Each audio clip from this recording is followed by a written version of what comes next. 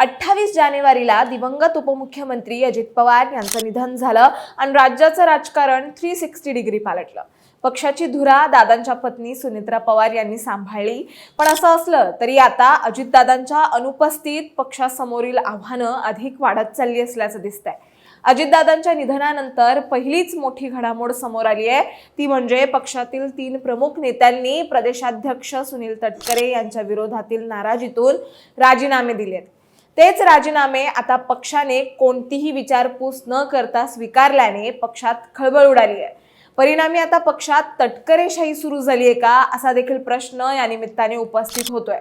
दरम्यान राजीनामा दिलेले ते 3 नेते कोण आणि त्यांची काय नाराजी होती याबद्दलच आपण सविस्तर जाणून घेणार आहोत या व्हिडिओच्या माध्यमातून। दरम्यान चॅनलवर नवे आला असाल तर चॅनलला सबस्क्राइब तर कराच, त्यासोबतच आमचं नवं व्हॉट्सअप चॅनलही सुरू झालंय।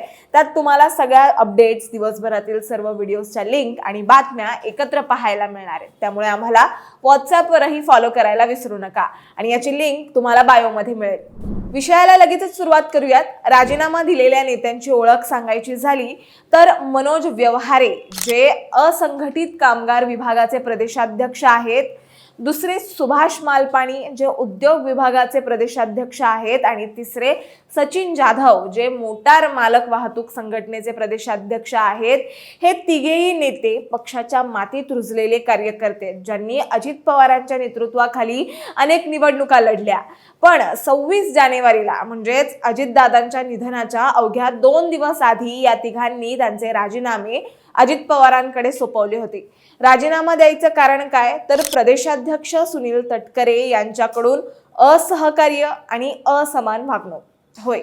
त्यांनी दिलेल्या राजीनाम्यात असं स्पष्ट लिहिलंय की संघटनात्मक पातळीवर न्यायाचा अभाव, वरिष्ठांकडून सहकार्य न मिळणं आणि पक्षातल्या विभागांमध्ये भेदभाव होतोय।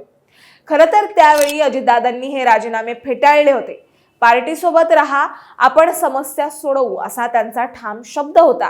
पण दादा गेल्यानंतर पक्षाच्या उच्चस्तरीय बैठकीत हे राजीनामे कोणतीही विचारपूस न करता मंजूर केले गेले। त्यामुळे आता पक्षात तटकरेशाही सुरू झाली आहे का, असा देखील प्रश्न या निमित्ताने राजकीय वर्तुळात उपस्थित केला जातोय। दरम्यान फक्त 3 दिवसातच हे घडलंय ज्याने पक्षात आणखीनच खळबळ उडाली। एक लक्षात घ्या, हे फक्त 3 राजीनामे नाहीयेत, तर अजित पवारांच्या निधनानंतर त्यांच्या पक्षात सुरू झालेला अंतर्गत कलह दाखवतात। सुनील तटकरे हे प्रदेशाध्यक्ष म्हणून आता पक्षाची धुरा सांभाळत आहेत, पण या नेत्यांच्या नाराजीतून असं दिसतंय की दादांच्या हयातीत दाबलेला असंतोष आता आणखीनच उफाळून बाहेर येतोय। त्यात या 3 महत्त्वाच्या नेत्यांचे राजीनामे पक्षाने कोणतीही विचारपूस न करता स्वीकारल्याने पक्षात खळबळ उडाली आहे। सध्या सुनेत्रा पवार यांच्या नेतृत्वाखाली पक्ष स्थिरावतोय, पण अशा घटना पक्षांतर्गत कलह आणखीनच वाढवतोय। त्यामुळे आता प्रश्न असा आहे की अजित पवारांच्या निधनानंतर पक्षात तटकरेशाही सुरू झाली आहे का, कारण चक्क दादांनी घेतलेले निर्णयांच्या विरोधातले निर्णय आता सुनील तटकरे परस्पर घेऊ लागलेत, ज्याने पक्षातील असंतोष वाढण्याची अधिकच शक्यता आहे।